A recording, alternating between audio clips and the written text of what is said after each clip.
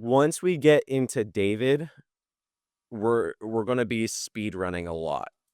We've already sort of been speed running, but like I guess the idea that I'm trying to convey is I'm trying to allow as much room, open-ended room as possible presently, because we're gonna get into David and I'm gonna have a lot to say. And then we're going to get into after David, the Kings, and then we're gonna do like I think 3 or 4 weeks on the book of the Kings. And then it's Psalms and prophets, and yeah, it's just like there'll be a lot of content. Okay. And so when we're in the book of Joshua Judges, I feel like it gets a bit airy, like we can like discuss a little bit. Even though it's super dense, I just mean for my, for how I did the study, there's some room. So breathe. We're good. And this time, this week is probably one of the last weeks that it's like we're going to have a slower pace, and the next time we're going to have a lot to talk about. Okay? So same thing with last week, like we did, had opportunity for discussion and Q&A. We can feel free to do that this week again. Feel free to shout out questions. I'm not saying that there isn't a ton to cover. There's always a ton to cover. But yeah, once we get to Samuel and we get to the story of Saul and David and stuff like that, it's going to go pretty fast. Okay? Once you get to Samuel and that story, you're really like very clearly setting up the New Testament with the idea of the King of Israel and stuff like that. And a lot of the themes of the New Testament start coming out in like very, very clear verbatim ways. Good morning. Sorry, are you looking for something? Okay, cool. Awesome. So if you've read your Bible before, you might realize that this is one of the darker sections or set of chapters in the entire Bible. Who knows what I'm talking about? Yeah, a few of us here. Who's read this part of the Bible before? Yeah, a few of us. Okay. So the story of Samson, the last judge in the book of Judges, and then the story that follows Samson's life has like a pretty gruesome. It's very horrific, if that makes sense. Like involving lots of things that we don't want to talk about on a daily basis, but we're going to talk about them today. Just sorts of things that if you have to imagine them in your mind's eye, you're going to be repulsed, right? Pretty gross. But what is the point of that? Why does the Bible have such gross? Sometimes it really shines a light on the grossness of humanity, right?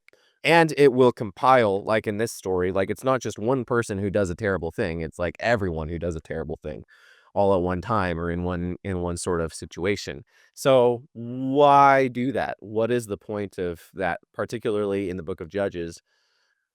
Why is it important that the Bible is exposing and bringing to light just the absolute disgusting nature of humanity? Because it's real. Okay. To me, because it's real. Mm-hmm. Because how far people can stoop Mm. and have the Lord they're not looking up. Mm-hmm. Because it's real. But not only there's a need for a king, but there's a need for a savior. Yeah. Right. Which in this respect, they're sort of combined images, right? The deliverer who will deliver not just Israel from its oppressors and its enemies, but from what JM talked about weeks ago, the enemy of the spirit, right? The enemy of the heart, the enemy within, right? They sort of see it as the king has some sort of level of authority or ability to help restructure the spirit of Israel, right? You could say it that way. That the king is going to chart a path, a moral path, right? This sense that we have the law and we have the priesthood, and a couple prophets show up here and there, like Deborah. But right now, there's no moral direction within the people. No one who is taking a very stringent moral stand, right? And awakening the people to their evil, right? Is that sort of idea. Yeah, so the Bible is presenting this because it's exposing the reality of human depravity, right? When you read the Bible, it's not like Rainbow Land. A lot of people, their only experience with the Bible is the New Testament, where it's the apostles who are being those moral guides, who are being those moral leaders, who are saying, you ought to love your neighbor, you ought to, kill the flesh, you ought to, not follow after your evil lusts and desires, things like that. And then people think, oh, the Bible, it's presenting an ideal that is unreachable, and there's so much that could be said there. But the reality of it is the Bible is showing you the entire gradient of human morality, you could say. What's interesting about the book of Judges and about how the book of Judges is about to end is the writer is sort of stringing together 3 separate stories that are not actually really connected. But what's interesting is that the writer is linking the stories with a couple different images that it doesn't come outright and say that these stories are linked because they don't really appear linked, but it's linking them. Okay. So the first of those stories is Samson. I'll write down the stories that we're going over today. Eric, one more thing. Yep. We've seen depravity from the beginning, really. Right. In Genesis. Yes. But I think what this does is it also highlights that God's people have depravity and sin. Yeah. The ones he's chosen are no different than the ones that they have displayed. Absolutely. Yeah. So that's the idea. Judges is kind of a microcosm of the Old Testament in that way. Much of the Old Testament, or you could say one of the main central themes of the Old Testament is that, God can set apart a people and he can work on that people for a long time. But truly the salvation of God will not come unless God in the flesh comes, right? And the idea is you kind of see that in Judges. The point is we need a true king. We're a set apart nation. We went through the whole conquest of the land, but the thing that's ruling our hearts is not God, right? The thing that is ruling our hearts is what is it? The lust of the eyes, the flesh, and the pride of life, or something like that, right? As I think, yeah, the world, yeah, that's right. So the 3 stories, Samson has a link to the next story. Okay, what is the next story that comes after Samson, if you know? No? The next story is going to be the how do we put this? Dan, hang on. Can I ask what? Yeah. Why do you say that about the heart? I don't understand that. Say what? Well, you said that the heart's true desires of the flesh, the world, etc., that it's not reigned by God, which, I see that. Yeah. Yeah, I'm just curious your point of view on that and why you say that. Uh-huh. Give me one sec. Sure. City in your. Sorry, I'm just writing this. So the way that the Bible, part of the meta narrative of the Bible, is the idea that God needs to circumcise our heart, meaning that there's something about our heart that needs to be cut away and exposed in order for God to actually come and dwell within us and be in charge of our lives. So I'm talking about humanity prior, what's called in the Bible the old humanity, or the humanity of Adam, not the humanity of Jesus.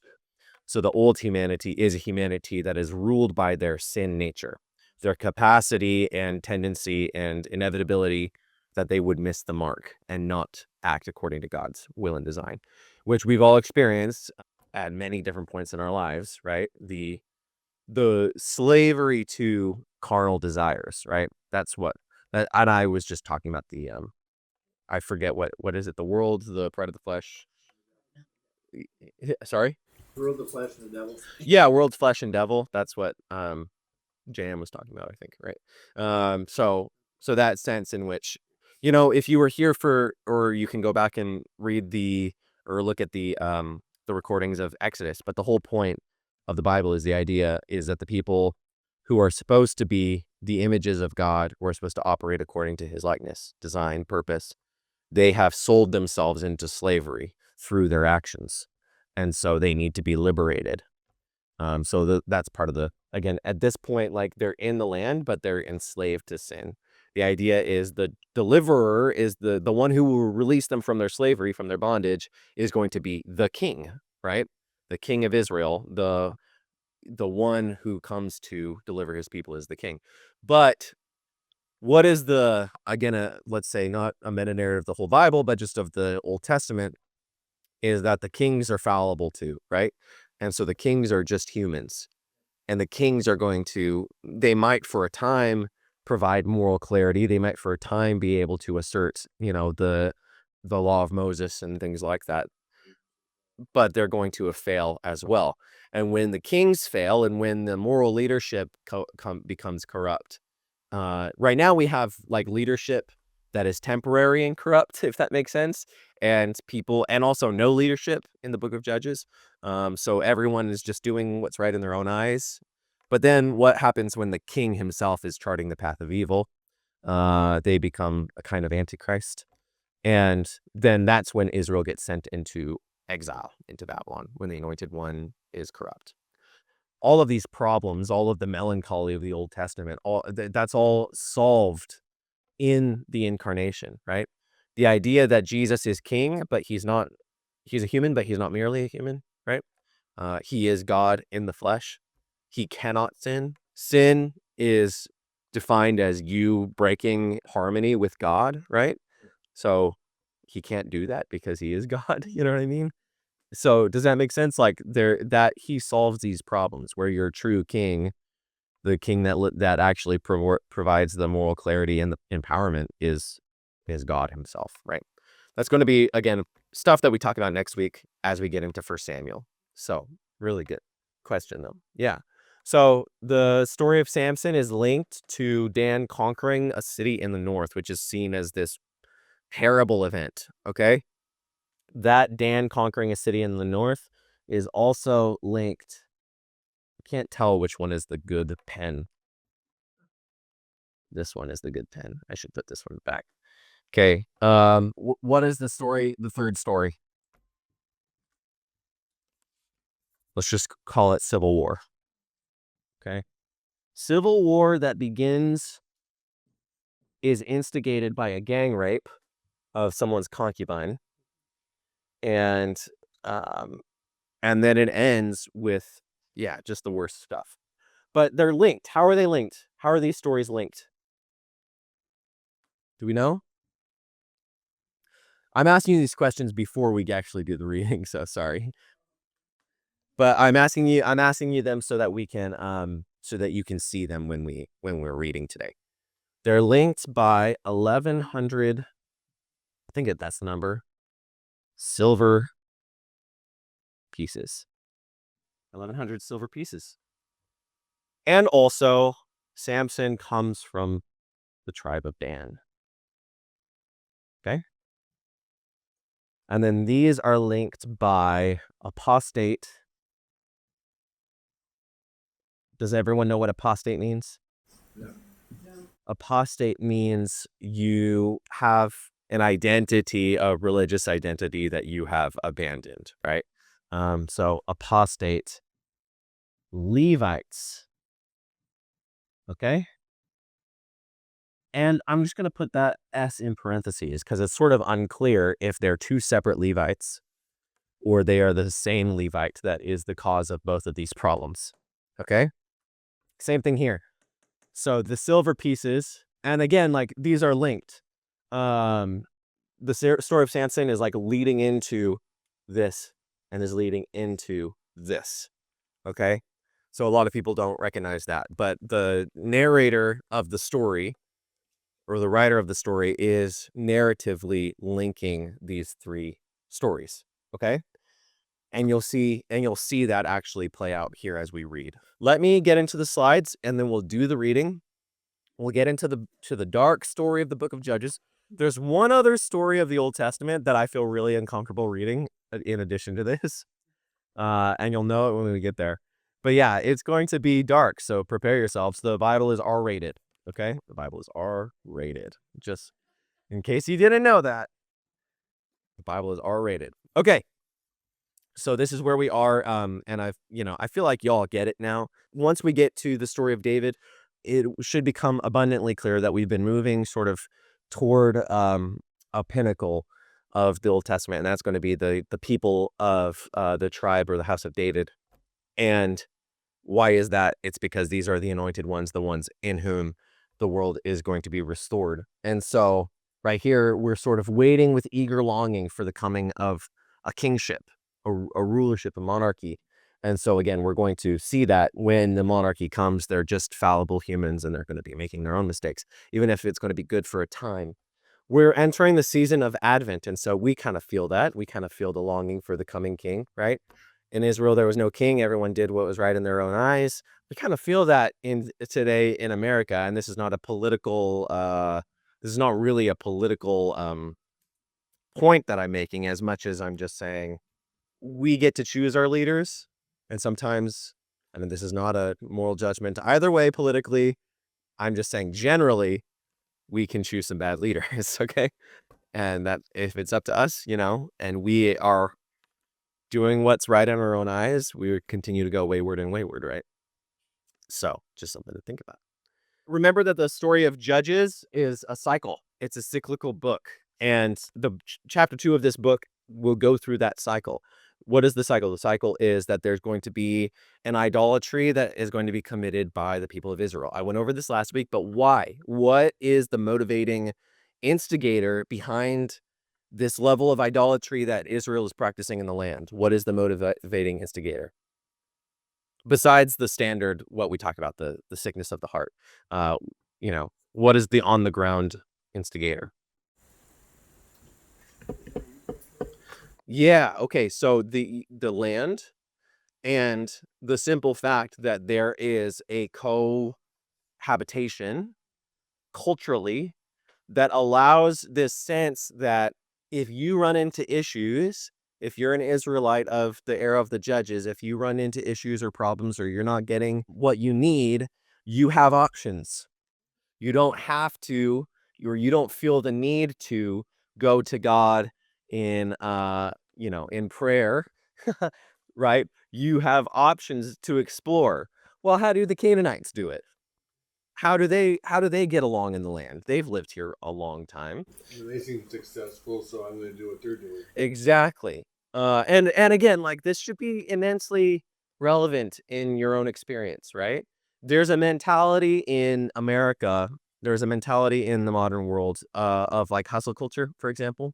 The mentality of I need to do whatever I can to get what I want. And it doesn't really matter. I'm going to do me. I'm going to go after my like a high income. I'm going to go after women. I'm going to go after drugs. I'm going to go after fame. I'm going to go after all these things, right? And it doesn't matter how I'm acting. I'm going to do what I need to do to get ahead, right? And you can understand that that mentality breeds all sorts of idolatry. Number one, the thing that you're going after is going to be your idol god, right? It's the thing that you're placing above everything else. Everything becomes subservient to the goal that you have, right?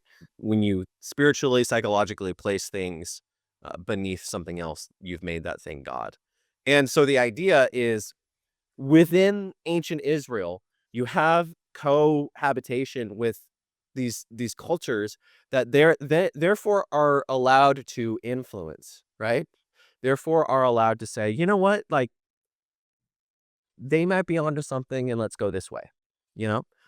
Even though our priesthood and the law of Moses and our scriptures would tell us not to. So that should give you a sense of what's going on in the book of Judges and why these moments are happening that are so terrible. So much so, in fact, that the story is that every consecutive judge, as you fall down the cycle to the dumpster fire that I have in the middle there, as you continue to spiral down, you find that the next person, the next judge, continuously doesn't recognize their God, the law of Moses, things like that. That you'll have one judge who offers to sacrifice their own child, right? That you have, excuse me, every time the angel of the Lord appears, people are like, wait, are you or aren't you? What God are you? I don't really know. You know what I mean? Like that sense that at one time in earlier generations, in the generations of the Exodus, this is people who were there at Sinai, things like that. Like they understood what they understood the voice of their God, for lack of a better way of saying it. They could recognize him. But then you go through the judges and it's like, they're like, who are you? You know what I mean? Are you this one? Are you this one? And again, like it feels very relevant for modern day United States of America, in my opinion, okay, so let me just say it this way, just again for relevancy. If you go to New England, where the first settlers of the United States built up towns and things like that, at the center of every town, do you know what you're going to find? What are you going to find at the center of every town? A chapel. You're going to find a church. Yeah. At the center of every town, you're going to find a church. That means when you come and establish a church, what is the center of or when you come to establish a town, the centerpiece of that town is going to be the church building. That's going to be the center point of your community, your culture, right? Most of those churches on the east side now are skate parks, museums, or they're flying rainbow flags. Okay? So what I'm saying here is there's a lack of understanding, right, of who and what is our identity, established identity. And then who and what do we need to place as the highest in the present in order to live the good life, in order to live a fulfilled life. And most of contemporary American culture places the stock market, you know what I mean? Like the economy, the idea of economic prosperity, probably. That and maybe, the Statue of Liberty. That's what's placed highest. Does that make sense, guys? So you should feel it should resonate with you. And this isn't like a political systems point. I know we don't have a king too. You know what I mean? So it's not like, oh, we should have a king. I'm not making a monarchical point or anything like that. I'm just making the point that you should be able to resonate with the book of Judges a little bit. Does it make sense? Because there's some awful things out there. And you can, good morning. And you can run into stories in the modern day that feel sometimes just as nasty as the things that we're going to read today, right? Questions, comments? Okay. More than anything, the book of Judges establishes in the story of the Bible Israel's need for a king. In this way, Judges sets up the coming books, which primarily focus on the Davidic dynasty. Let's talk about, well, we can do this for a second here. I'm going to erase this. Is that okay? Okay. Tell me what you think of when you think of a king. Now, this is a good setup for next week, because we're not going to have time to do this next week. What do you think of when you think of a king? Ruler. In charge. Let's pause here for a second. Ruler. What does that mean? Someone who rules. Yes, sir. Authority. Final authority. Authority. There we go. Oh, why did I do that? Okay. Authority. Let's play with these words a little bit. Okay? To describe what do we mean by authority or ruler? Okay? You're supposed to have the best interest of the people Okay. in mind as the ruler, but Okay. no. Well, let's pause there for a second. Okay. Leader. So a ruler, what? Rules. Rules. What's another use for the word of rules in English? Laws. Okay, good. Laws. What are laws? I would say like they're the author. They're the rule, the measure. They're the ones who create what is established as what we can and cannot do. There you go. And has authority over that. Mhm. Says what is I like that you said author. Yeah. Authority, right? Authorship. Rules. A ruler rules because they set rules, right, for living. Rules for what is right and what is wrong. Okay, good. Laws. Laws are, you could say, standards, right? Moral standards. Legal standards. Standards. What happens if someone breaks a law? Punishment. So the ability to judge, or the ability to render judgment, right? So some of the things that we like have identified, we're not seeing in the, like with this element, we're not necessarily seeing in these judges, right? Someone who's setting a moral standard, right? What else? What else is the point of king? Power, consolidation of power, right? I'm going to put that in judges because truly the only thing that enables the ability to judge is power, right? In the sense, in sort of in a material sense, right? You can have an opinion about something, but you can't actually punish without power. You see what I'm saying? Hi, good morning. Good. We're describing the things that Israel is in need of, right? Leadership. Okay, leadership. So leadership is connected but different than these two things. Why is that?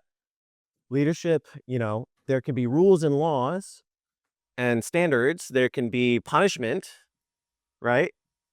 But if there's no leadership, what is leadership?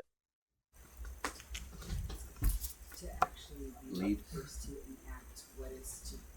Okay, the one who sets actually in his own actions. Yeah, okay. So example, E.G. Okay, what else?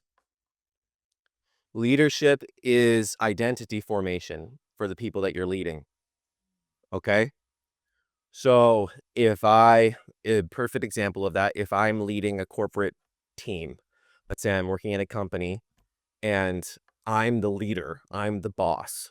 In a good sense, I'm a good leader. Everyone on that team, at least when they're within the grounds of the building, of the work building, their identity is being formed, their work identity is being formed by the path that I'm setting, the direction that I am saying, these are our core values, right? This is how you're supposed to act and talk to customers. This is the clothing you're supposed to wear. You know what I mean? I'm the leader, right? So leadership is culture, identity,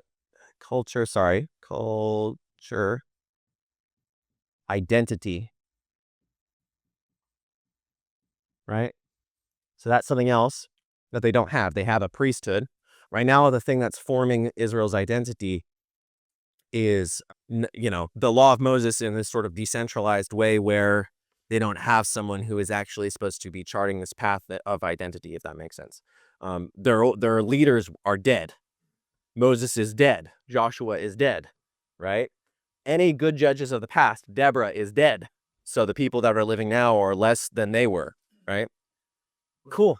A leader without integrity demands something of you he wouldn't want to demand of himself. Yeah, I sort of think that is having like this and this, but not this, right?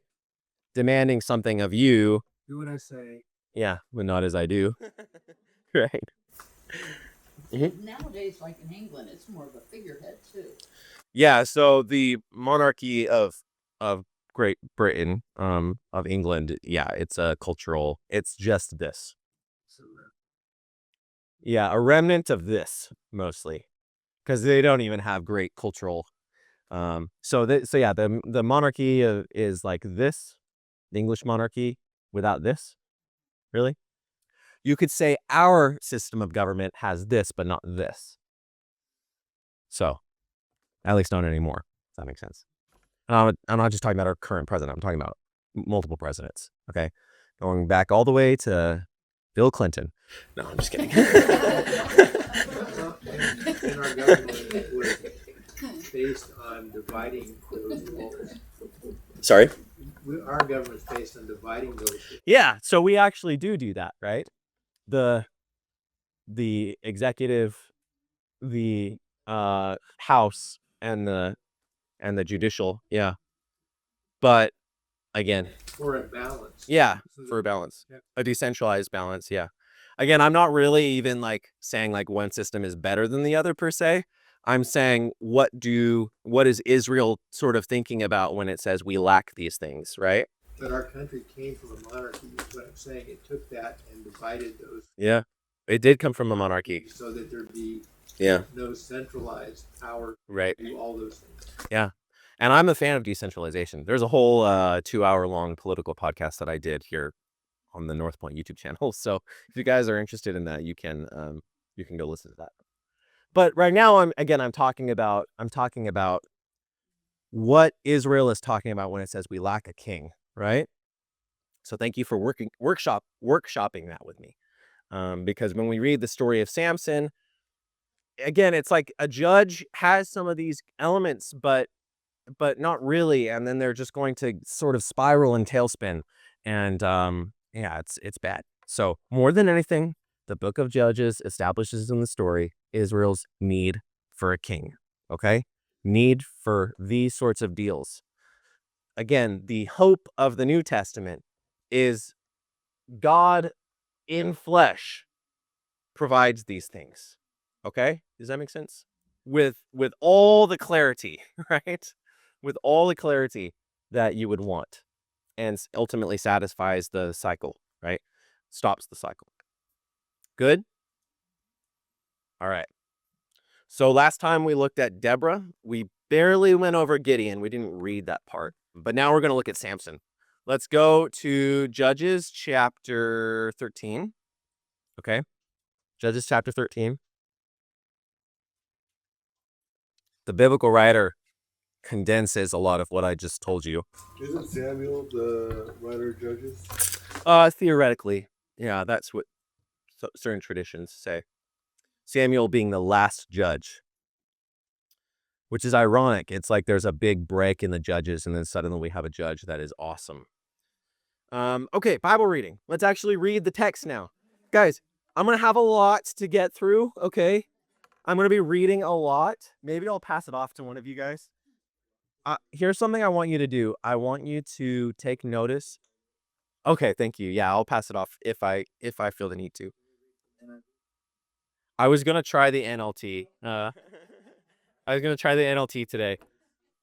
As we're reading, I want you guys to think about Jesus, okay? The reason I want you to do that is because Samson actually has some really, really unique typology in it, patterns that will manifest in the story of Jesus, but some people don't immediately catch on to those. So just look for them as we read, okay? But you don't need to be distracted. Just keep that in the back of your mind, all right? Judges chapter 13, starting at verse 1. Again, the Israelites did evil in Yahweh's sight. So Yahweh handed them over to the Philistines, who oppressed them for 40 years. In those days, a man named Manoah from the tribe of Dan lived in the town of Zorah. His wife was unable to become pregnant, and they had no children. The angel of the Lord appeared to Manoah's wife and said, "Even though you have been unable to have children, you will become pregnant and give birth to a son. So be careful. You must not drink wine or any alcoholic drink or eat any forbidden food. You will become pregnant and give birth to a son, and his hair must never be cut, for he will be dedicated to God as a Nazirite from birth. He will begin to rescue Israel from the Philistines." The woman ran and told her husband, "A man of God appeared to me. He looked like one of God's angels, terrifying to see. I didn't ask where he was from, and he didn't tell me his name. But he told me, 'You will become pregnant and give birth to a son. You must not drink wine or any alcoholic drink or eat any forbidden food. Your son will be dedicated to God as a Nazirite from the moment of his birth until the day of his death.' Then Manoah prayed to Yahweh, saying, 'Lord, please let the man come back to us and give us instructions about the son who is to be born.' God answered Manoah's prayer, and the angel of God appeared once again to his wife as she was sitting in the field. But her husband, Manoah, was not with her, so she quickly ran and told her husband, 'The man who appeared to me the other day is here again.' Manoah ran back with his wife and asked, 'Are you the man who spoke to my wife the other day?' 'Yes,' he replied, 'I am.' So Manoah asked him, 'When your words come true, what kind of rules should govern the boy's life and work?' The angel of the Lord replied, 'Be sure your wife follows the instructions I gave her. She must not eat grapes or raisins, drink wine or any other alcoholic drink, or eat any forbidden food. Then Manoah asked the angel of the Lord, "Please stay here so we can prepare a young goat for you to eat." "I will stay," the angel of the Lord replied, "but I will not eat anything. However, you may prepare a burnt offering as a sacrifice to Yahweh." Manoah didn't realize it was the angel of Yahweh. Then Manoah asked the angel of Yahweh, "What is your name? For when all this comes true, we want to honor you." "Why do you ask my name?" the angel of Yahweh replied. "It is too wonderful for you to understand." Then Manoah took a young goat and a grain offering and offered it on a rock as a sacrifice to Yahweh. And as Manoah and his wife watched, Yahweh did an amazing thing. As the flames from the altar shot up towards the sky, the angel of Yahweh ascended in the fire. When Manoah and his wife saw this, they fell on their faces to the ground.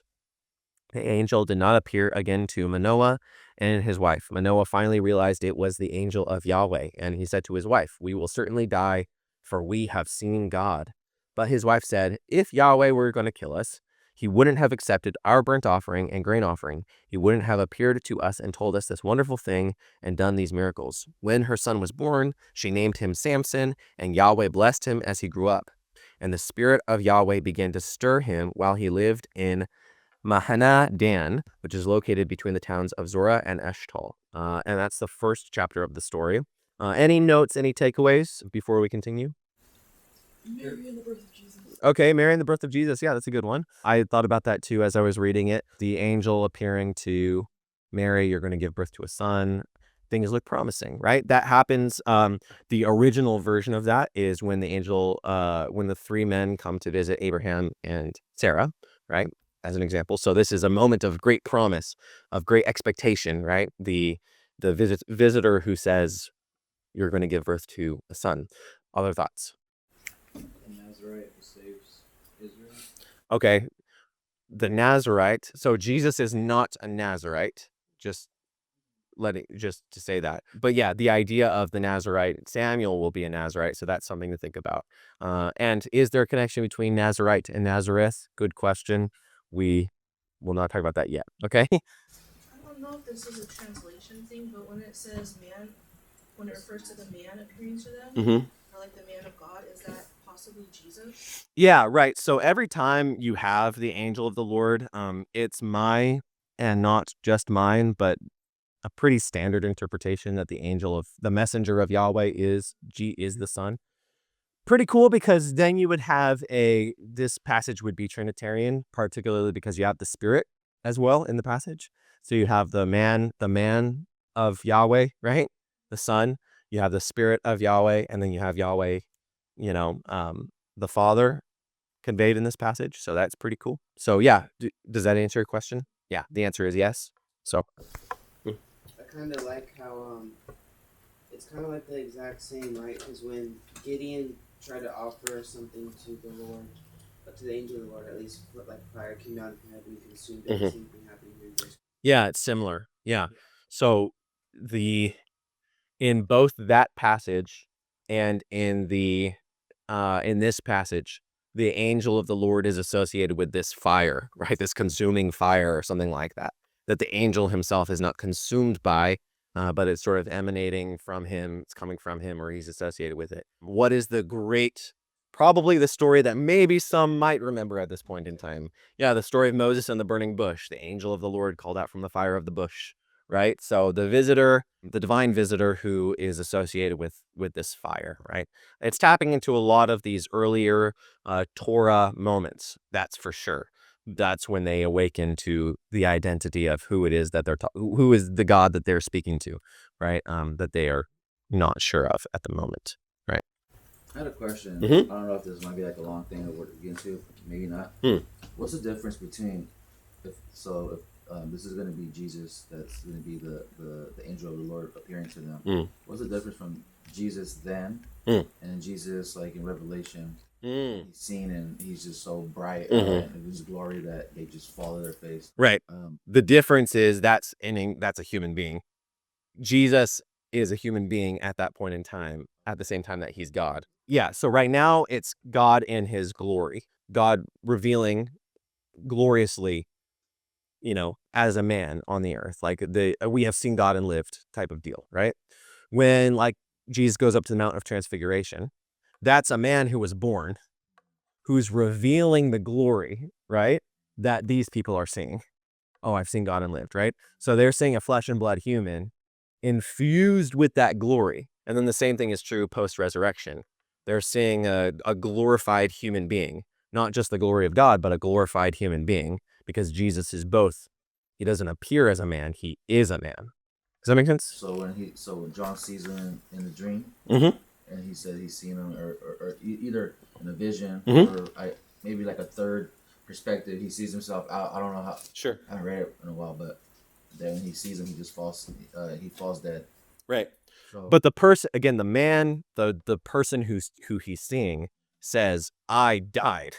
I died. I died. Right?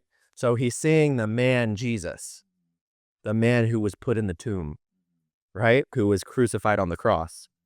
But it's the glory that they're seeing. So that's the incarnation. The glory of God, of the angel of the Lord in a man, right? Does that make sense? Does that answer your guys' questions? No? Kind of? I see that. Well, you said what's the difference? Yeah. Is that the question? Just, them not falling, drop into their face, Mhm. versus later. At this point, the incarnation hasn't happened. So that's the difference. Yeah. Gotcha. Yeah. Makes more sense. Yeah. Good.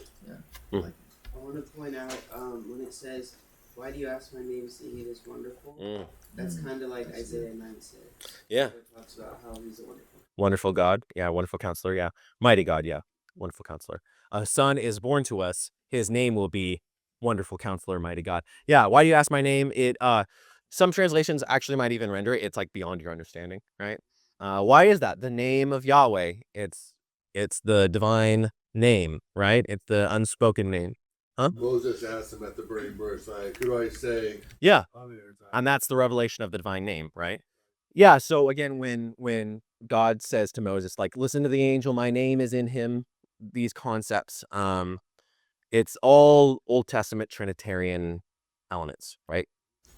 My version says, "Are you the man who spoke to the woman who was I am?" Yeah, I know, right? I thought maybe there's something to that there. Yeah, I am.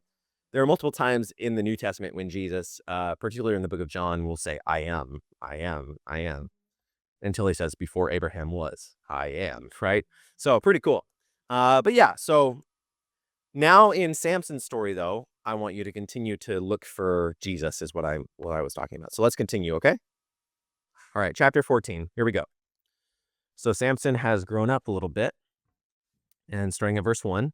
One day when Samson was in Timnah, one of the Philistine women caught his eye. When he returned home, he told his father and mother, a young Philistine woman in Timnah caught my eye. I want to marry her. Get her from me. Verse 3. His father and mother objected. Isn't there even one woman in our tribe among the Israelites you can marry? They asked. Why must you go to the pagan Philistines to find a wife? But Samson told his father, get her for me. She looks good to me. His father and mother didn't realize Yahweh was at work in this, creating an opportunity to work against the Philistines who ruled over Israel at that time. As Samson and his parents were going down to Timnah, a young lion suddenly attacked Samson near the vineyards of Timnah. At that moment, the Spirit of Yahweh came powerfully upon him, and he ripped the lion's jaws apart with his bare hands. He did it as easily as if it were a young goat, but he didn't tell his father or mother about it. When Samson arrived in Timnah, he talked with the woman and was very pleased with her. Later, when he returned to Timnah for the wedding, and he turned off the path at the carcass of the lion, or to look at the carcass of the lion, he found that a swarm of bees had made some honey in the carcass. He scooped some of the honey into his hands and ate it along the way. He also gave some to his father and mother, and they ate it. But he didn't tell them he had taken honey from the carcass of the lion. Does that remind you guys of anything? Interesting. Verse 10. As his father was making final arrangements for the marriage, Samson threw a party at Timnah, as was the custom for the elite young men. When the bride's parents saw him, they selected 30 young men from the town to be his companions. Samson said to them, let me tell you a riddle. If you solve my riddle during these 7 days of celebration, I will give you 30 fine linen robes and 30 sets of festive clothing. But if you can't solve it, then you must give me 30 fine linen robes and 30 sets of festive clothing. All right, they agreed. Let's hear your riddle. So he said, out of the one who eats came something to eat. Out of the strong came something sweet. So I'll say that again. Out of the one who eats came something to eat. Out of the strong came something sweet. 3 days later, they were still trying to figure it out. On the 4th day, they said to Samson's wife, entice your husband to explain the riddle for us, or we will burn down your father's house with you in it. That kind of takes it a little far. Did you invite us to this party just to make us poor? So Samson's wife came to him in tears and said, you don't love me, you hate me, you've given my people a riddle, and you haven't told me the answer. I haven't given the answer to my father or mother, he replied. Why should I tell you? So she cried whenever she was with him and kept it up for the rest of the celebration. At last, on the 7th day, he told her the answer because she was tormenting him with her nagging. Then she explained the riddle to the young men. So before the 7th day, the men of the town came to Samson with their answer. What is sweeter than honey? What is stronger than a lion? Samson replied, if you hadn't plowed with my heifer, you wouldn't have solved my riddle. It's an interesting little comment that he's making there. Verse 19, then the Spirit of Yahweh came powerfully upon him. He went down to the town of Ashkelon, killed 30 men, took their belongings, and gave the clothing to the men who had solved the riddle. But Samson was furious about what had happened, and he went back home to live with his father and mother. So his wife was given in marriage to the man who had been Samson's best man at the wedding. Interesting. The whole story feels like a riddle, doesn't it? Right?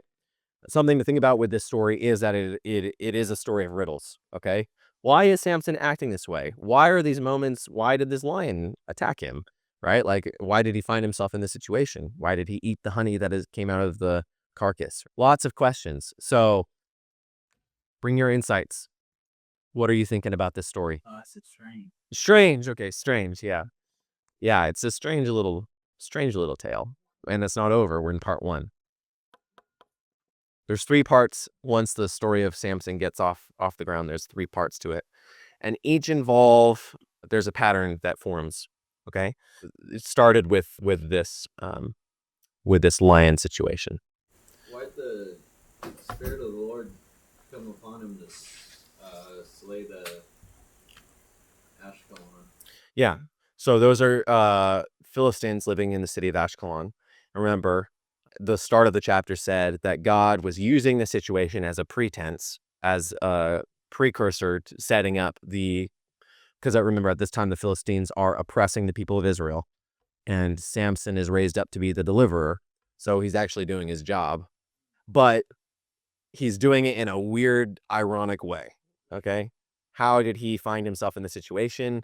Where he is going and, delivering Israel from the Philistines? Kind of a unique roundabout way in which he got to that. You had something that you were going to say? Yeah, so he was obviously moved by lust, right? And also is a daughter of the Philistines, one of his enemies in a sense. And he kind of does this over and over again with, what was her name? Delilah? Delilah, yeah. And he ended up dying because of that, because of his lust and passion. Yeah. So something to take away from this story, just in this first part, is that God is working behind the scenes, even in your foolishness, right? And this is something that we have already talked about, in the story of Joseph. It doesn't excuse your bad behavior, but God can still use it to his good ends, whatever mishaps and false actions that you're taking. God is using to his glory, to his good, right? Even though you might not see how it fits into the grand pattern. Other insights? Well, it seems like he's very impulsive and has anger issues. Yeah. What is Samson's character flaws? Impulsive, anger issues, lustful, as someone else commented. So, yeah, relatable. Do we have anger issues? So I've been told. Yeah, so I've been told. Number 1 takeaway, Samson is a man who is a man of the flesh, right? Meaning his carnal impulses, his animal desires, his animalistic tendencies, that's what drives his life, right? There's a war between the spirit and the flesh within Samson, in that he makes his decisions on that basis, But then there will be times where, again, that turns around, the Spirit of the Lord comes strong upon him, and now he is being bent toward to use sort of the mishaps that he's gotten himself into towards an end that is, favorable for the people of Israel. So that's interesting. Let's talk about the lion. No one commented on the lion. What's up with the lion? It's a riddle. It's a riddle. So he gives a riddle, but the whole story in and of itself, it's like, what symbol is the biblical author trying to convey to me? That there's a lion that Samson was able to conquer, and out of the lion, out of the thing that eats came something to eat. Is that like the Satan tells them? Okay, so yes, you're tapping into something good. Okay, so let's continue down that line. Does the lion represent, the power of death or Satan or things like that, right? Does the lion represent the prowling around of Satan for Samson? Maybe. Thoughts? I don't know if this might be a stretch, but it said something sweet came out of it. Mm-hmm. Does it have to do with like maybe prophesying Jesus coming and eating and drinking? Something came out of that. I take it a different direction, but you're on a path that I would go down. So Yeah. stuff that was done was meant for evil turned out to be good. Okay. Yeah. Good. I would say it's kind of like the Garden of Eden, because the lion could represent Satan, like the serpent, and then honey comes out of it, and that's like the fruit that Eve gave to Adam. Yeah. Of course, because he gave some to his parents, right? Yeah. He's like, he saw the woman, it's like doing all these like remixes of the Garden of Eden story. Yeah. So that's good. Saw and took, right. So what you brought up, Nate, is key. Everyone think about what he said. Samson's story is like an inversion of Jesus's story in many respects. So yes, this is why I was saying you want to think about Jesus. You think about the cross in particular, and what is the meaning of the cross. Okay, as we continue, there are three main moments of the story of Samson that involve a death. Okay, or involve something having to do with death. The story of Samson in many respects has a lot to do with death, and sort of a weird intermingling with death that results in a good thing. Okay, sort of an unexpected or unintuitive unity with death, right? That brings about salvation. Okay, so that was an example. Okay, it's sort of in a lower form, but the idea that the body, the carcass, brought out something sweet, as is said, right? And again, for Samson, who's a Nazarite, we didn't go over if you read Numbers chapter 6, it tells you the Nazarite is not supposed to associate with death at all. Okay? And here he is eating out of a carcass. But what is a Nazarite supposed to represent? When you set something apart as holy, which is Nazarite is set apart as holy, what is that? What are you emblematic of if you're set apart as holy? Who are you resembling when you are set apart as holy? Sorry? Christ. God. God, be holy as I am holy, right? So a Nazarite is a holy man set apart as someone who represents God in his holiness, okay? The man who is set apart as holy is oddly intermingling with death and bringing about a salvation. Are you seeing what I'm saying?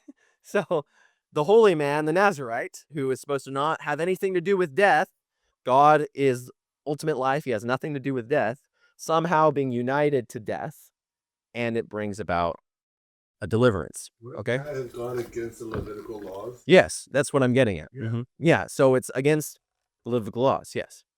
This is why I'm trying to get you to think about Jesus, though, about a weird, like, how if you take a photograph and you invert the colors in the black and whites, that's the story of Samson and Jesus.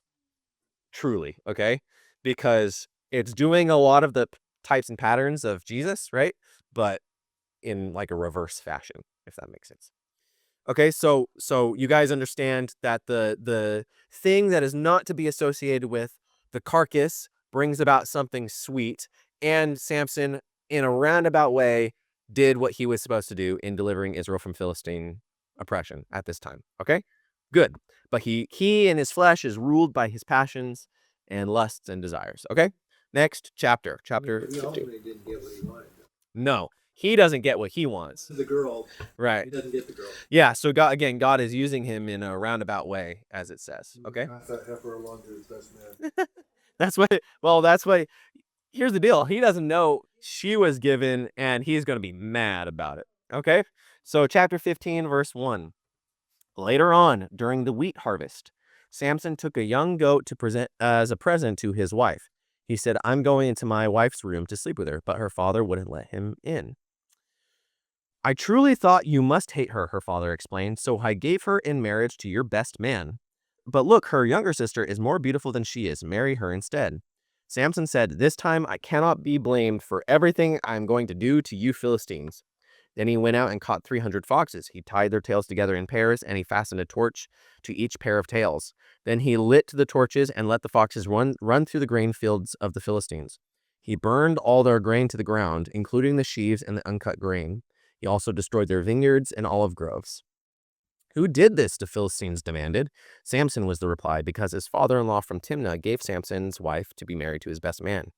So the Philistines went and got the woman and her father and burned them to death. Pretty dark. Because you did this, Samson vowed, I won't rest until I take my revenge on you. So he attacked the Philistines with great fury and killed many of them. Then he went to live in a cave in the rock of Etam. The Philistines retaliated by setting up camp in Judah and spreading out near the town of Lehi. The men of Judah asked the Philistines, why are you attacking us? The Philistines replied, we've come to capture Samson. We've got to pay him back for what he did to us. So 3,000 men of Judah went to go get Samson at the cave in the rock of Etam. They said to Samson, don't you realize the Philistines rule over us? What are you doing to us? But Samson replied, I only did to them what they did to me. But the men of Judah told him, we have come to tie you up and hand you over to the Philistines. All right, Samson said, but promise that you do not kill me yourselves. Verse 13, we will only tie you up and hand you over to the Philistines, they replied. We won't kill you. So they tied him up with 2 ropes and brought him up from the rock. As Samson arrived at Lehi, the Philistines came shouting in triumph. But the Spirit of the Lord came powerfully upon Samson, and he snapped the ropes on his arms as if they were burnt strands of flax, and they fell from his wrists. Then he found the jawbone of a recently killed donkey. He picked it up and killed 1,000 Philistines with it. Then Samson said, with the jawbone of a donkey, I've piled them in heaps. With the jawbone of a donkey, I've killed 1,000 men. When he finished his boasting, he threw away the jawbone, and the place was named Jawbone Hill. Now Samson was very thirsty, and he cried out to Yahweh, you have accomplished this great victory by the strength of your servant. Must I now die of thirst and fall into the hands of these pagans? So God caused water to gush out of a hollow in the ground at Lehi, and Samson was revived as he drank. Then he named that place the spring of the one who cried out, and it is still in Lehi to this day. Samson judged Israel for 20 years during the period when the Philistines dominated the land. Okay, insights about this chapter. We're not done with his story yet, but I want to hear more thoughts. Yeah. In verse 19, it kind of shows like an allusion to Moses when he split the rock and water came out. Good. Yeah, good insight. Does the 300 foxes and like lighting up the Philistines have to do with like a resemblance to what Gideon did? Yeah, to a certain extent. Yeah, especially because all the way back then, it wasn't the Philistines, but it was the Midianites who were destroying all the crops of. Yeah, so there is a hyperlink just within the text itself to a few chapters earlier, but the destruction of crops and things like that, and the war between these different factions. What is the part 2 of this pattern of a weird intermingling with death that brings about a salvation? It appeared in this. Yeah, killed 1,000 men with a jawbone of a donkey, right? Whoa, what does that even look like? You know what I mean? I always wonder if he uses like the sharp end, like he like shaves it down to like a sharp end, or if he is it more like a blunt object? You know what I mean? and God made that very strong that it didn't break, right? As he's hitting people over the head with it. Yeah. So what does it mean? In the same way that we're asking the question, Samson kills a lion, and out of the lion comes comes honey, right? Jesus rides in on a donkey. Okay, Jesus rides in on a donkey. Let's even just connect conceptually the two ideas of the honey coming out of the lion, the jawbone of the recently killed donkey that kills 1,000 men, right? What connections are we seeing here? Again, it's going to become abundantly clear in the next chapter. And if you know the story, then you know what I'm talking about. But yeah, so the use of something dead, right? The use of something bad or wrong, which ultimately brings about a deliverance.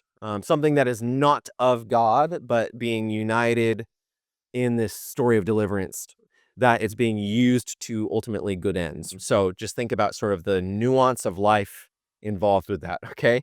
The Levitical law in this story is sort of being the idea of a Nazirite. It's sort of being taken for granted in a way, right? The writer isn't pointing out to you, oh, he was, breaking his Nazirite vow.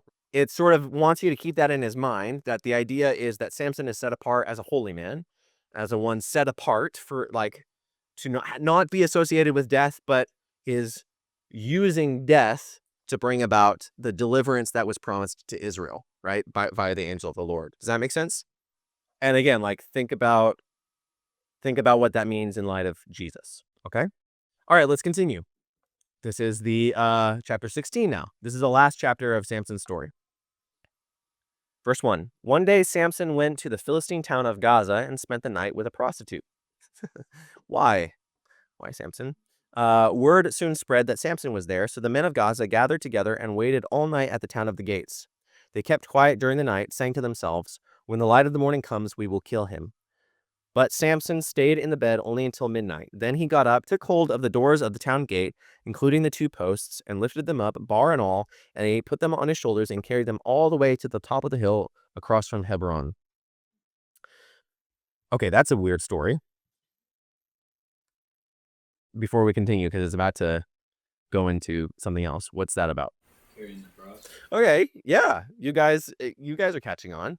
Yeah, interesting. Again, another little inserted story about the idea of using something that is considered evil, but it's somehow playing a part in the deliverance. In this case, the gates of the enemy city, right, are being carried to the top of the hill. They're being carried far away from the city itself, leaving the city exposed. How is that a symbol of what deliverance for Israel looks like, particularly in Jesus? How does that connect? Okay, so on this rock I will build my church, and the gates of hell will not prevail against my church, right? Yeah, there's a lot here. So when Jesus carries his cross up to the hill of Golgotha, right? What is he carrying? Sin. Okay, he's carrying spiritually sin. But what is the cross? Okay, it's wood. What does the cross symbolize? Death. Death. It symbolizes the kingdom of death and their authority to kill whoever they want to, right? The Roman Empire. And so he's carrying. So what do gates represent? They represent the power and might of the city, right? As a protective shell. So Samson puts on his shoulders, bar and all, up to the mountain, right? And he disarms the city, right? He disarms the city by oddly associating with them and, taking on this burden of association in a sense. Again, he's doing it in an inverse way where it's a foolishness that is, you know what I mean? Like for Christ, it's the wisdom of God. For Solomon, it's the foolishness of humanity, right? That sort of thing. But you guys sort of see that idea. It's sort of the same thing as using a jawbone, or it's a similar thing as using a jawbone of, imagine a rotting jawbone there on the ground, right? That has nothing to do with God. It has everything to do with sin, the devil, and death, right? But it's used by the man of God, right? The man appointed by God as judge over Israel to slay the Philistines, right? In a bad way. Like, it's not that his motivations are coming into play here. It's about how God is using it as a roundabout way to bring about a deliverance, okay? Does that make sense, guys? Anyone wrestling with that or not truly understanding what we're talking about?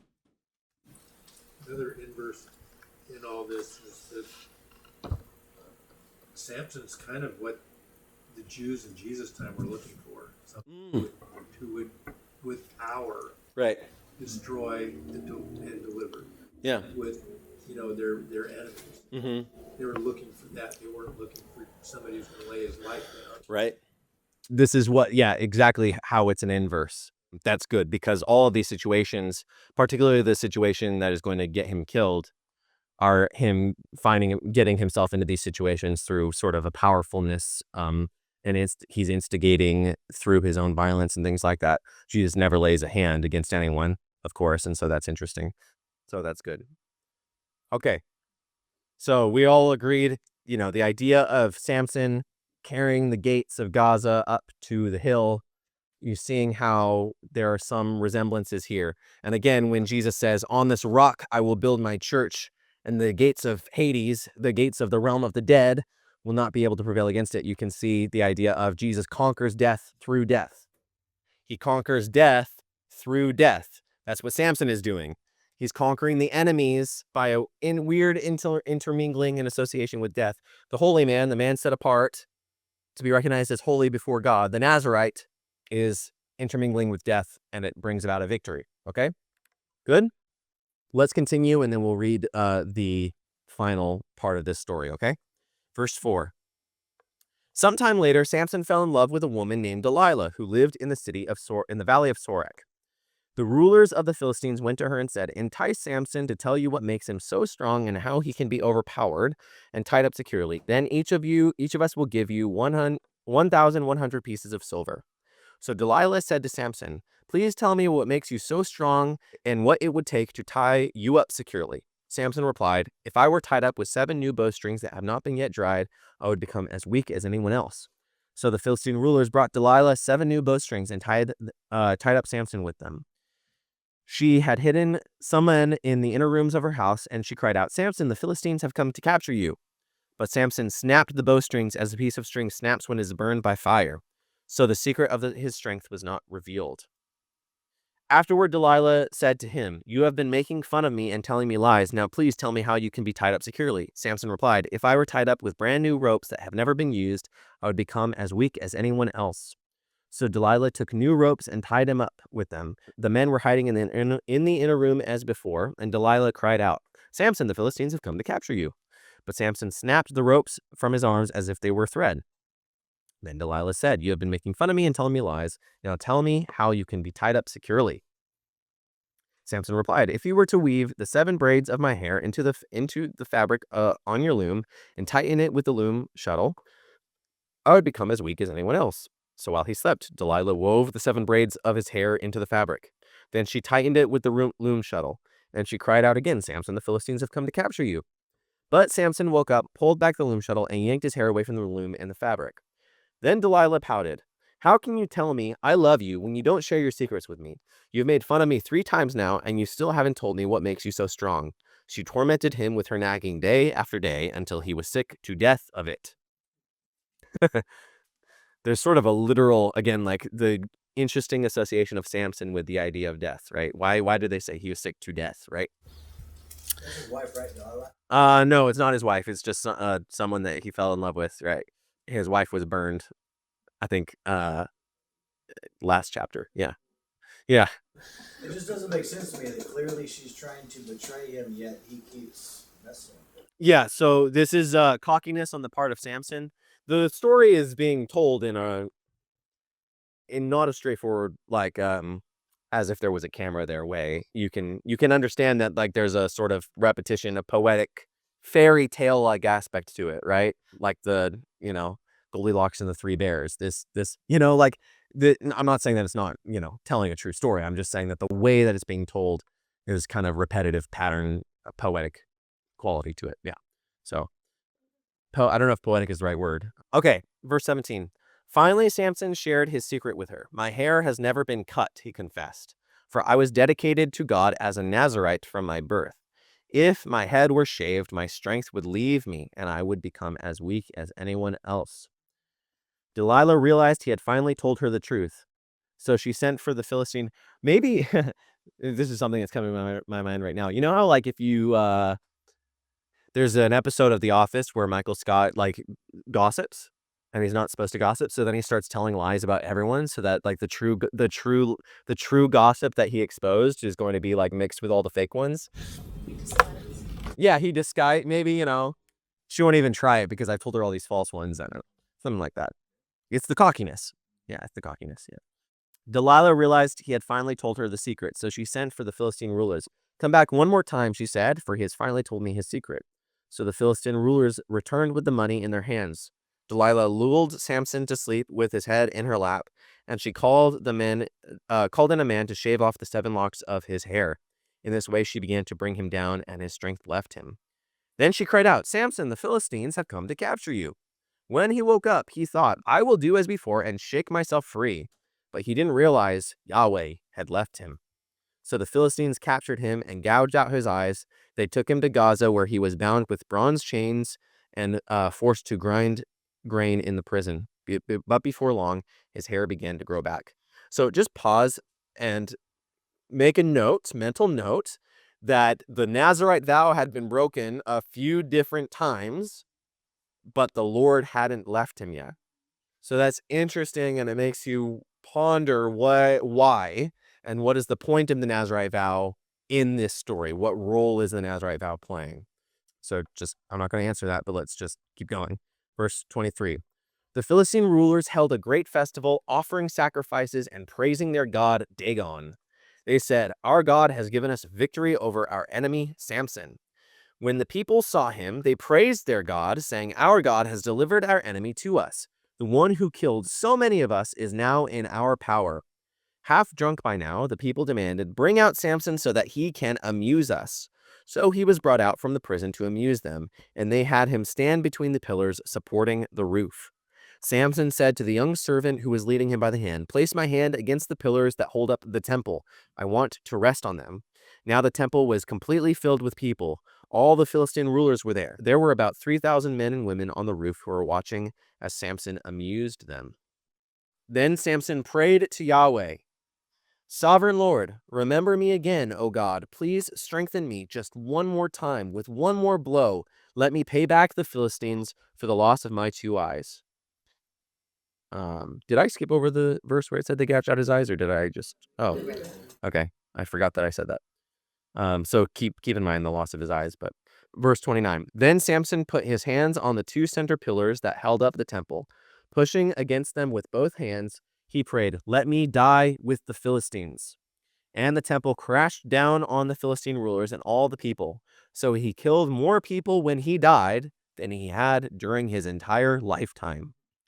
Later, his brothers and other relatives went down to get his body. They took him back and buried him between Zorah and Eshtaol, where his father Manoah was buried. Samson had judged Israel for 20 years. And thus is the story of Samson.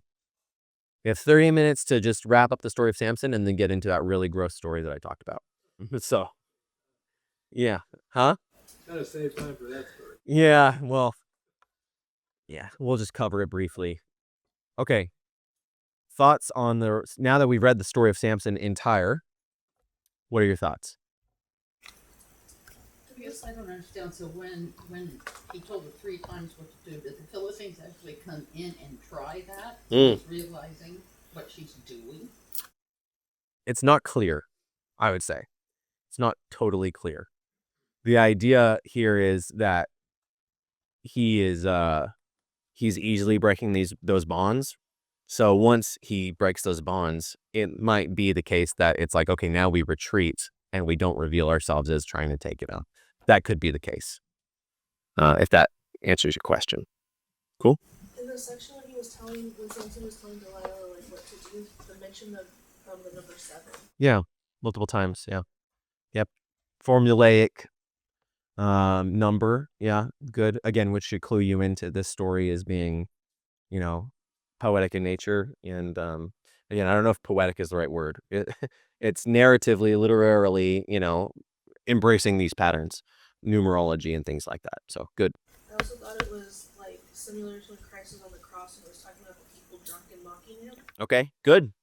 Yeah, so let's talk about the destruction of the pagan temple. Okay, so let's talk about the Old Testament first.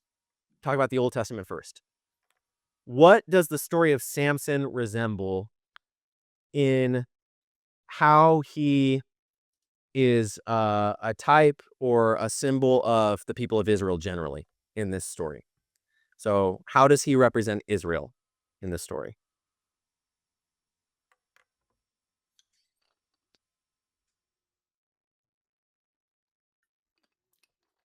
So the grand narrative of the Old Testament ends with Israel having been exiled to Babylon. So they are fools and they make mistakes that lead them to a destruction. But it is in their exile, right, that they begin to conquer. And what do I mean by that? When the church gets established, when the gospel goes forth to the nations, it goes forth to the Jews that are all in exile in the nations, or to the Israelites. So, bringing down the house from the inside, right? Infiltrating and bringing down the gates of hell, right? Something like that. How the foolishness of Israel will bring about, in a roundabout way, the salvation of all nations, right? The exile, the sufferingness or the suffering quality of the people of Israel suffering through their own folly, bringing about some sort of deliverance for all nations. That they're going to bring down this pagan system by infiltration. They're going to bring down the pagan system by becoming in the temple itself, being integrated, and then bringing it down from the inside. So resembles the people of Israel a little bit. How does that story resemble Christ at all? So you brought up the mockingness, right? The man who is suffering, who is captured, who is ultimately going to secure a great victory, being mocked. Good. What else is going on in that story that resembles Jesus? The silver being given. Okay, good. Yeah, really excellent. Yeah, the silver payment that is made, the betrayal. Okay, good. Yeah, Delilah and Judas. Yeah. Okay, what else? God left him. Mm-hmm. So that on the cross, when it says, well, My God, why have you forsaken me? Yeah, good. Okay. Samson kind of gives up. It looks like when he actually tells her what happens, and it's kind of like when Jesus gave up his spirit. Okay. Sure. Yeah, good thoughts. So the big inverse too is, thus he killed many more when he died than when he lived. Okay. So it's like when he died, Mhm. many more lived Oh, yeah. rather than died. Yeah, there's a good inverse. Yeah, that's really, really good. Yeah, so what things like this story should do is they should give you symbols of how to interpret what's going on in the cross. One of those symbols is the idea of Jesus bringing down the house of Satan on top of him, killing the powers of darkness in the process. That what is the prophecy given to Eve all the way back in Genesis 3? You will give birth to a son, and he will crush your head, and you will strike his heel, right? A mutual destruction, right? The Samson method is to bring down the house and to secure the greatest victory of his life in his death, in his own death. So Samson's arms are outstretched, pushing on the pillars. His outstretched arms push on the pillars, bringing down the powers of darkness, bringing down the enemies of Israel. So again, Samson is not Jesus. He's giving you a way to think about Jesus and about what the cross is doing. Okay? Jesus on the cross is dying a mutual death. The powers of darkness don't know that he's bringing down their house, that he's conquering through being conquered. You guys see how that plays out. And again, think about how all of this is a pretext. It said at the beginning, God is using all of these moments as a pretext to bring down the Philistines and deliver Israel, right? So whatever Samson is doing out of his own evil, lustful desires, God is turning around for good. Whatever the Roman hierarchy and the Jewish hierarchy is doing to destroy Jesus, God, this is the ultimate plan. As Paul says, if the powers and the rulers and authorities knew what was going to happen, they would not have crucified our Lord, Paul says, right? If they were better, if they were smarter, and understood what was actually happening. In the same way, it's like they wouldn't have brought Samson out to ridicule him if they knew what was about to happen. Okay? What was about to happen? The servant of God, the Nazarite, who has been intermingled with death, right? Intermingled with the realm of death, or the sinfulness of the world, has now used the situation that he's in to bring down the house. You guys see how it's an inversion. It's a weird inversion of Jesus. Okay? But what that does is it helps, again, clue you into, when you think about the cross, think about Samson with his arms on those pillars, okay? That Jesus is the fulfillment of Samson. He's Samson as he should have been, right? That idea.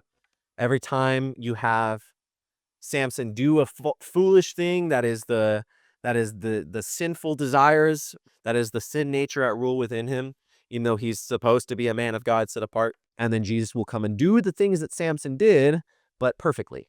He'll accomplish the accomplishments of Samson, but on a universal scale, right? Make sense, guys? Hopefully that it recontextualizes the story of Samson for you in light of the whole Bible, okay? Does that make sense? The other version is the mini Gethsemane. Please strengthen me one more time so that I can, with one blow, get revenge. So, and Gethsemane is, Yeah. He's giving himself up. Yeah. For mercy's sake. Absolutely.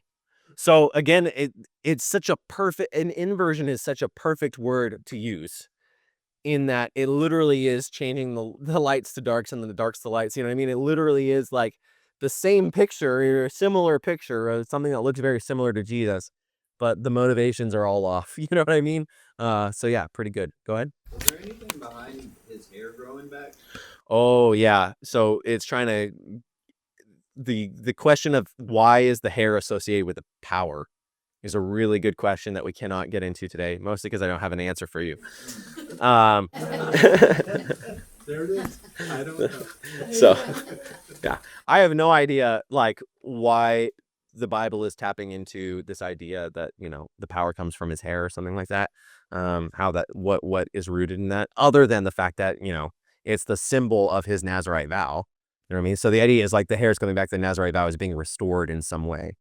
It's just one of his commandments, maybe.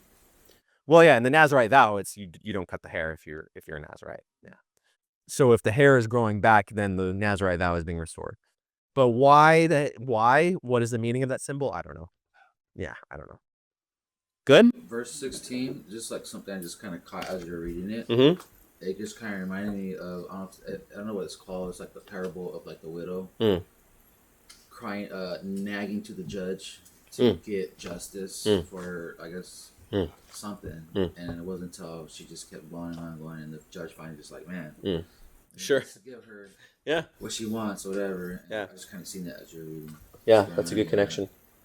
Let's do the slides, and then we have to briefly go over that growth story that I told you about, and then we'll be done with today. Okay, so Samson the Strongman, the growth story. We'll get into it. Yeah. I'll go over it briefly. I call it the growth story just because, you're just gonna be like, ooh, I don't like the sound of that. Yeah. Samson the Strongman. The Philistines oppress Israel, so God grants the barren wife of Manoah a son who is to be dedicated as a Nazarite. Samson is blessed with great strength on the condition that he does not cut his hair, breaking the Nazarite vow. Samson goes to marry a Philistine woman, seemingly as a part of a plan to confront Israel's oppressors, but Samson derails the plan. He terrorizes the Philistines out of spite using various animals, and later hooks up with the prostitute Delilah. Delilah sells Samson out to the Philistines, who gouge out his eyes and put him on display at a party. Then Samson kills himself and everyone with him.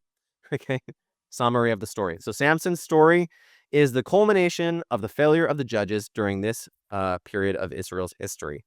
The character arc for Samson is blatantly a tragedy. Though things look promising to begin with, Samson time and again refuses to abide in God's direction and impulsively acts completely under the guidance of his personal grudges and desires.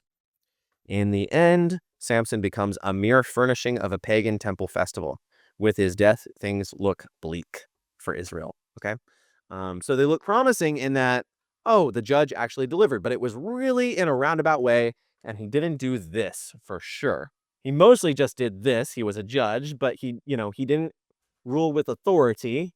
The people of Judah were coming to capture him and sell him out to the Philistines, and they didn't have moral leadership, right? It's like Deborah had, a lot of these things, right? She was the good one. Gideon was the okay one. We didn't really go through his, but Samson is like, really lopsided here, right? So Samson, he's the last judge of Israel prior to the prophet Samuel. He's a mighty warrior and a hunter. And I say that again because he can kill animals, so he's kind of connected to certain biblical figures like Esau, for example, hairy man. One under the Nazirite vow, breaker of his vow multiple times, right? He's the most infamous judge. When you think of most people think of the book of Judges, they think of Samson, right? And then he paves the way for Dan's rebellion. So this is why I was saying, I erased it. Remember, there are 3 stories. The first story is Samson. There's a link to Dan's rebellion, meaning they're going to say, we don't like our tribal allotment. We want some better land. So they're just going to go and take it. And they will perpetually hold that land throughout the entire story of Israel. So that's not good. And then there's a link with the terrible, terrible story that we're going to read. So Samson, a type of Christ.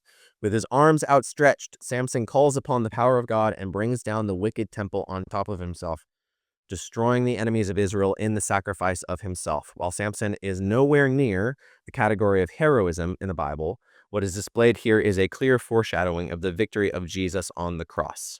So that summarizes what we talked about. Good? Okay. So now is when it gets into that section where it's going to repetitively say, in those days, Israel had no king. All people did whatever seemed right in their own eyes, right? So the state of Israel following Samson, dumpster fire. That's what dumpster fire. Okay. So let's go ahead and I'll show you that link to the next story. Go ahead and turn the page to the next chapter, chapter 17. Okay. And this is where we're really going to see a spiral, and most people are going to get lost. They're not going to understand, why is it telling me these things? But again, it's trying to show you that anarchy that is coming to fruition now that Samson is dead. Okay. So starting at verse 1, chapter 17, a man named Micah, who lived in the hill country of Ephraim. One day he said to his mother, I heard you place a curse on the person who stole 1,100 pieces of silver from you. Well, I have the money. I was the one who took it. Pause. 1,100 pieces of silver. Yeah, that's how much Delilah got paid. Exactly. Okay. So there's the link. You see what I'm saying? The literary link. Is his mother Delilah? Probably. I don't know. Maybe.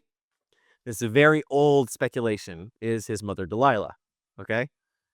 So again, just a link because this is about to spin out into anarchy. And it's like the foundation of that is Samson, who was of the tribe of Dan, and perhaps Delilah is this person's mother. Anyway.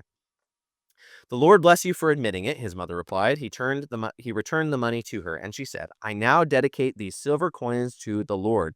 In honor of my son, I will have an image carved and an idol cast.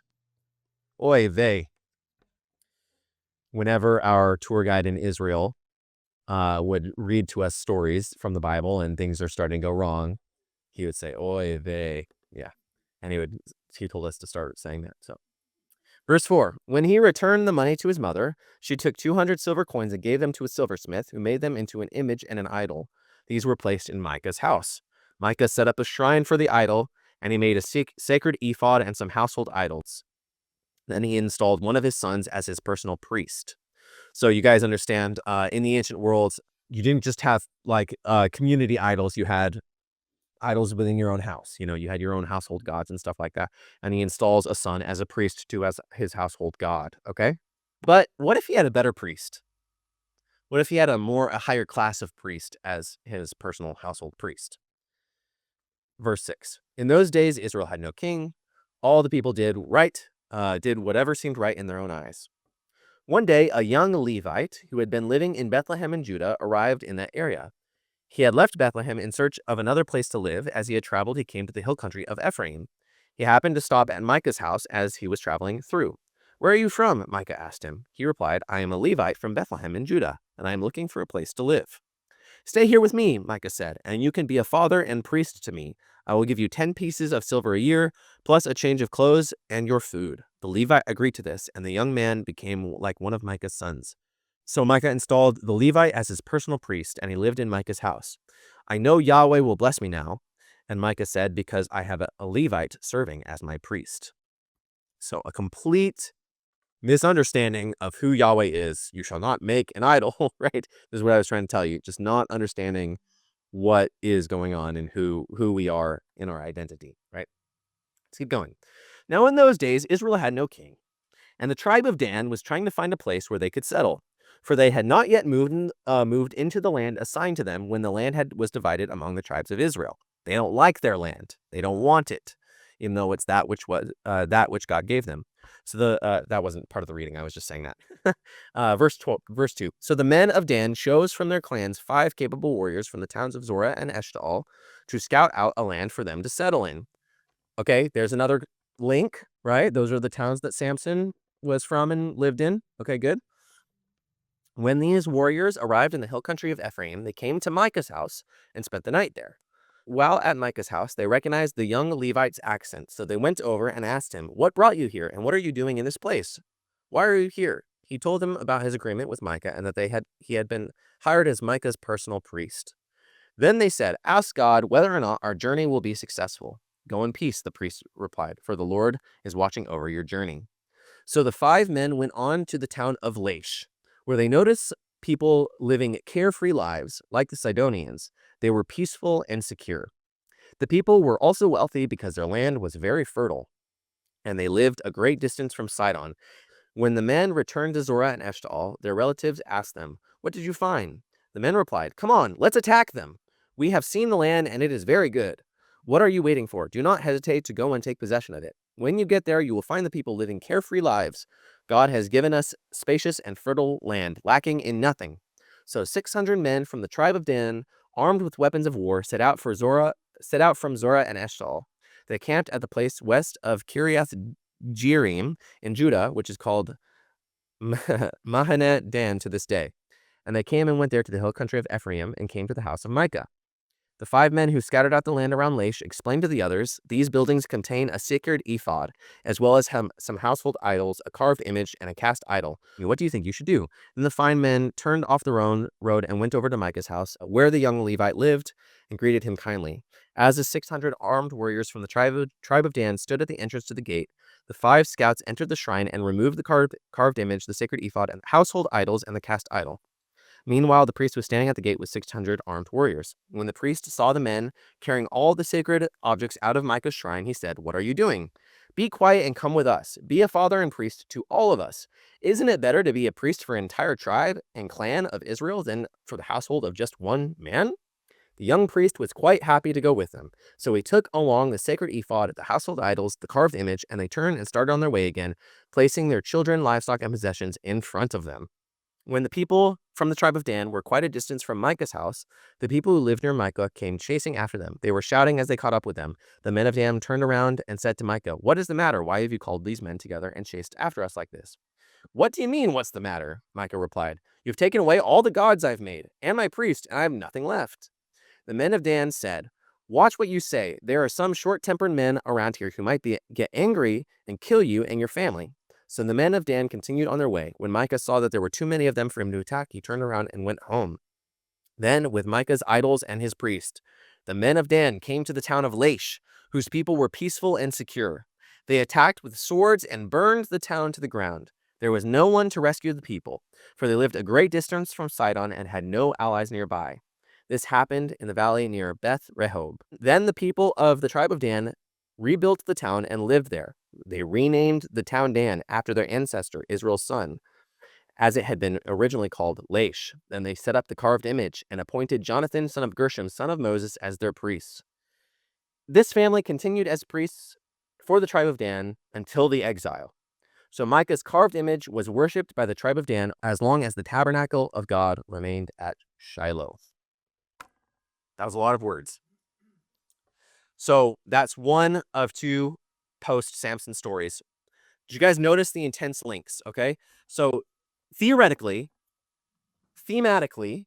the money that was given to Delilah for Samson was turned into idols. Okay? Turned into idols. Those idols were taken by Samson's tribe, Dan, to attack a peaceful city in the north. And they set up the idols in that city to worship the idol gods. See how it's linked to the story of Samson. Most people don't, they stop with Samson, they don't know what he wreaked, right? They don't know what he brought upon the people of Israel. This is a really dark story, okay? Number one, they go when they attack a peaceful town and they set up the idol images using, theoretically, thematically, the money that was given to Delilah to for the sale of Samson, okay? You guys see that connection there? Good. So let me go through a couple of slides and then we'll briefly go over the final story, okay? So, symbolic focal point of the apostate Israel. Dan is this like tribe that got away, okay? Oftentimes in the Bible, there's an association with Dan as the dark, evil tribe, okay? All of them at one point or another, you know, take on that vibe, but why is it for Dan? Where does Dan move to? Where does Dan move to?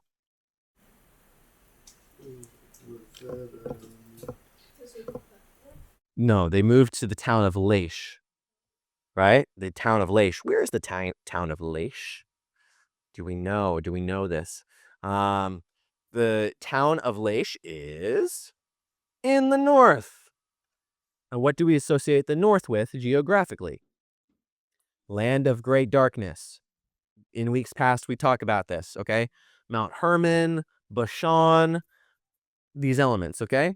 Remember that the north is this realm of darkness. Remember in Genesis 49, it was prophesied by Jacob, right?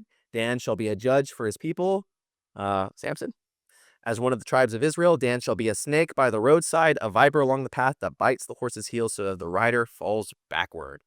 And Bashan, where the region that they go and settle in, or near that, means snake, okay? That northern region, if you don't remember, go back in weeks past when we talked about, I think even last week we talked a little bit about this, but the idea of the north as a region of darkness, right? So there's great speculation regarding the role of Dan as the representative evil tribe of Israel. For one thing, Revelation 7, so John is like giving 12,000 from each tribe, sealed up in the 144,000. He doesn't mention Dan.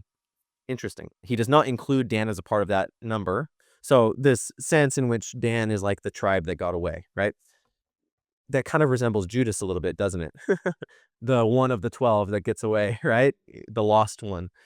There is also a niche interpretation that theorizes that the Antichrist is actually one who would come from the tribe of Dan, right? It's kind of out there, but whatever the case may be, what we can be certain of is that the Bible certainly portrays this moment as laying the groundwork for much of Israel's apostasy in the coming books of the Bible. Following Samson's wayward leadership in Dan's rebellion, the worst debauchery of Israel is manifest in full display in chapters 19 through 21 of Judges. We don't have time, and I'm not going to read it. You can go read it yourself. I'm going to describe the story to you, the gross story. Okay? This is what I'm talking about. I'll just describe it to you because we don't have time. But the remaining chapters, it's this, what we just read about the Dan settling in the north is the foundation for that. Especially because there's another link, and that link is, it says, now there was a Levite man, and that's what starts this next story. So again, there's a connection to what we were talking about with the personal priest, and he becomes a priest of the city of Dan. So questions, comments before I get into this last story. Are you guys understanding what I'm laying down here? It's okay if you're not. You can say that you're not. The point here is when Israel becomes two kingdoms, one of their central hubs is going to be that city of Dan, where they're worshiping, a golden calf. Okay. Something very cool is you can actually go to that temple that they build in the city of Dan. You can go there today. Okay. When we go to Israel as a church, we go to the ancient city of Dan, which you can walk those streets. You can walk through the city gate. You can actually you can go to the city gate of Laish, the older city gate, and the newer city gate of Dan. They're two different ones. And then you can go into the center of the city where there's just the foundations of where the Holy of Holies would have been for this pagan temple, where the golden calf would have stood. Pretty crazy, right? So, again, this is real stuff. You're going to have the true priesthood, the priesthood of Yahweh God, the Levitical priesthood in Judah, in Zion, right? Shiloh before that, and then ultimately in Jerusalem. And at the same time, simultaneously, you're going to have those pesky Danites who are worshiping carved images up there in the north throughout the entirety of the story of Israel, right? So again, like, they were doomed from the start, is the idea. Israel was always idolatrous, right? Okay. It literally said, I don't know if you saw that. It was like, and those idols were there the entire time. You know what I mean? The idols were never thrown down. They were there the entire time. Okay, you guys ready for the gross one? The darkest story. So this is what you can read in Judges chapters 19 through 21, and this is how the story ends. A Levite man, remember that's a man of the priestly tribe, he has an affair with a married woman. He takes her as a concubine, okay? And once they were traveling through the territory of Bethlehem, the Bethlehemites, they decide that they want to act like Sodom and Gomorrah. And they say, you're visiting our town, but we want to rape you. So they desire to gang rape the Levite man. And what does he do? He says, no, here, you can take my concubine. You can take her. And the Bible very gruesomely describes how she was raped all night. And she's crawling to the door, wanting to be let into the house to, be taken care of for her physical torture. And he doesn't let her in. And she dies there on the doormat, okay, in the night. So he opens the door and he says, come on, get up, let's go. Not realizing she's dead. Okay? So he's like, oh, they killed her. You know what I'm going to do? I'll take her inside. I'll chop up her body into 12 pieces, and I'll mail those 12 pieces to each of the tribes of Israel. And I'll attach a little note, and that note will say, hey guys, look what the Benjaminites did to my concubine. Let's go take out the tribe of Benjamin. Civil war erupts. And it erupts so violently and so ferociously that they whittle the tribe of Benjamin down to a small endangered population. And then they say, no one ever marry a Benjaminite because we want them to go extinct. And then some people later, they're like, that's probably not a good idea. Okay? So what they do is they say, you know what, guys? Why don't you just go to this religious festival? And while the women are dancing and having fun, you come out from the bushes and you just kidnap them and take them as your wives. And the book of Judges ends. So I'll just read it again. Okay? So once when they were traveling in the territory of Benjamin, some Benjaminite men desired to gang rape the Levite man. The Levite man gave them to the married woman, his concubine instead. They sexually abused the woman throughout the night, and she succumbed to the physical trauma, dying just outside the door of the house where the Levite had been staying. The Levite then cut up her body and sent the pieces to the 12 tribes of Israel as a message of what Benjamin had done. A civil war erupted in Israel, and a large swath of Benjaminites were slaughtered, while the Israelites swore an oath to not intermarry any of their daughters with Benjamin. However, after the war, in an effort to restore the population of Benjamin, that the tribe would not go extinct, the Israelite leaders take advantage of a holy liturgical festival. They literally say, hey, while they're out having fun and dancing, one by one, you just walk up to them. They're dancing, they're having fun. Just walk up to them, grab them by the arm, and just start walking with them and walk out. And just take them. Take them back to your land as chattel. Okay? Literally kidnap these women. Okay? That is the culmination of the story of Judges, okay, where the women of Shiloh were dancing and celebrating. The Benjaminites were instructed to kidnap the daughters of Shiloh during the excitement of the festival, taking them as their chattel wives, and so they did, and brought the kidnapped girls back to their own territory, restoring the tribe of Benjamin to its, population. And in those days, there was no king in Israel. Everyone did was right in their own eyes, okay? The Bible is saying this is the grossness of what society can become, right? The anarchy of you visit a city and it's not hospitable to you. It's like Sodom and Gomorrah. The people just want to rape you. And the man doesn't care and he just leaves her to die. But then in his righteous indignation, he chops up her body mutilating it and delivers it and says, let's go literally obliterate everyone. You know what I mean? Let's just kill everyone. And then they're like, no, we shouldn't have done that. So let's just sell our own women into slavery. Essentially. Make sense, guys? And that's yeah, right? Well, it should make sense in the sense that it's a godless nation, right? It's a godless nation. Yeah, the depravity of it. And so what is the great hope? It's what we were talking about at the beginning. The great hope is the King of Israel. When it says there was no king in Israel, everyone did what was right in their own eyes, it means that there is no identity formation. There's no one who's setting a right rule, a right culture, a right path, right? There's no one there to consolidate Israel as a genuine single people. They are scattered, they're divided, it's anarchy. Okay? Does that make sense, guys? It's so decentralized that there's no identity at all to the people of Israel, except for Satan, the flesh, and the world, right? So the stage is set. Well, anarchy and sin reign supreme in Israel. The era of the kings is coming, and it's going to start off really well, okay? And it's going to spiral out of control, and that's ultimately what's going to lead them into Babylon. Now, the Old Testament is very melancholy, as I said. It's very dark. It's pessimistic, okay? In that you never really find someone who genuinely does right all the way through. That's the glory of the New Testament, okay? That's the goodness, the optimism of the New Testament that rectifies the pessimism of the Old Testament. So I know that was a dark story that I just told. And when you read it, it's even darker, because when you're reading the word of the Lord, when you're reading the words of God, when you're reading your Bible, it's like, this is not your Monday morning devotional time that you want to have, okay? It's you're staring into the face of the darkness of humanity. But that is what it's presenting to you as the dark period prior to the light of the king, of the era of the kings, okay? And ultimately, the ultimate hope is Jesus the King, okay? So next time, again, we're going to be starting in 1 Samuel. It's going to be great. We're getting into my favorite section of this study, by the way. So it's going to be great. It's only uphill from here, in my opinion, as far as the content and how rich everything is going to be. So with that said, we're also going to be doing that episode of House of David if you guys want to. Like I said, we'll probably just do like meeting here in the morning, go to church, get lunch afterwards, and then maybe come back here like, I don't know, 3 or something. I'll let you know in more detail here soon. Okay? Does that sound good? That'll be either next week or the week after. Okay?